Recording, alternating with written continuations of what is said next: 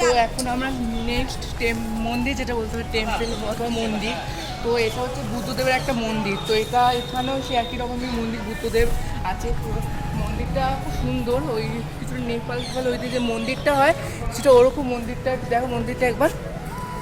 তো মন্দিরটা কিছুটা ওই যে নেপাল জাপান ওই যে বুদ্ধদেবের মন্দির হয় সেরকমই মন্দির গয়াতে এটা সামনে। তো এখানে একটা মার্বেলে সিংহের মূর্তি আছে, খুব সুন্দর মূর্তিটা কারুকার্য করা একটা খুব সুন্দর হাতের কাজ আছে। তো এখন আমরা মন্দিরে প্রবেশ করছি। তো মন্দিরটা খুব সুন্দর কাজ করতে দেখো দেখি যে তো মন্দিরটা খুব সুন্দর কাজ করা আছে, যেমন সুন্দর হাতে মানে কি বলবো এই হাতের কাজগুলো খুব সুন্দর করা আছে। এখানে ওপরটা দেখার তো ওপর কাজটা খুব সুন্দর করা আছে। এই ভিতরে এই ভিতরে ঠান্ডা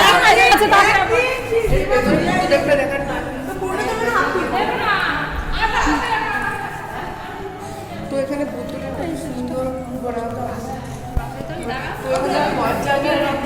জানি না এটা কি দরজা, এটা কি সুন্দর জিনিসটা দেখতে এলা কি বলে সুন্দর, এটা খুব সুন্দর জিনিসটা কেমন এটা এই দরজাটা একটা আছে খুব সুন্দর জিনিসটা।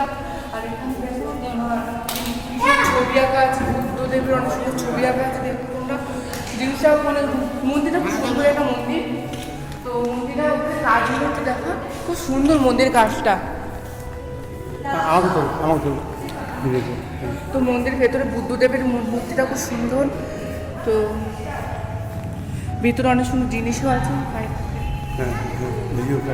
তো আমরা এখন মন্দিরের বাইরে বেরোচ্ছি। তো এখন আরও দুটো মন্দির আছে, তো ওখানে আমরা যাবো এখন।